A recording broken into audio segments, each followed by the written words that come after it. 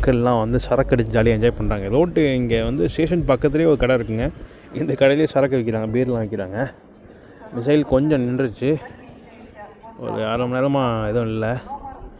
But இருந்தாலும் வந்து alert கொடுத்துருக்காங்க, சேஃபாக இருங்க. இன்றைக்கி நினைக்கிற மாதிரி இன்றைக்கி இருக்காது, இன்றைக்கி ரொம்ப மோசமாக இருக்கும், சாதாரணமாக அசால்ட்டாக இருக்காதிங்க அப்படின்னு சொல்லிட்டு இங்கே டெலிகிராம் சேனல் ஒன்று இருக்குங்க.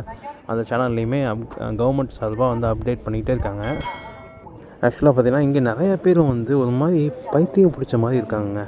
எப்படின்னா நம்மளே தான் டிஸ்டர்ப் பண்ணுறது கிடையாது, பட் இருந்தாலும் அவங்களே தானாக வந்து பேசிக்கிறத பார்க்க முடியுது.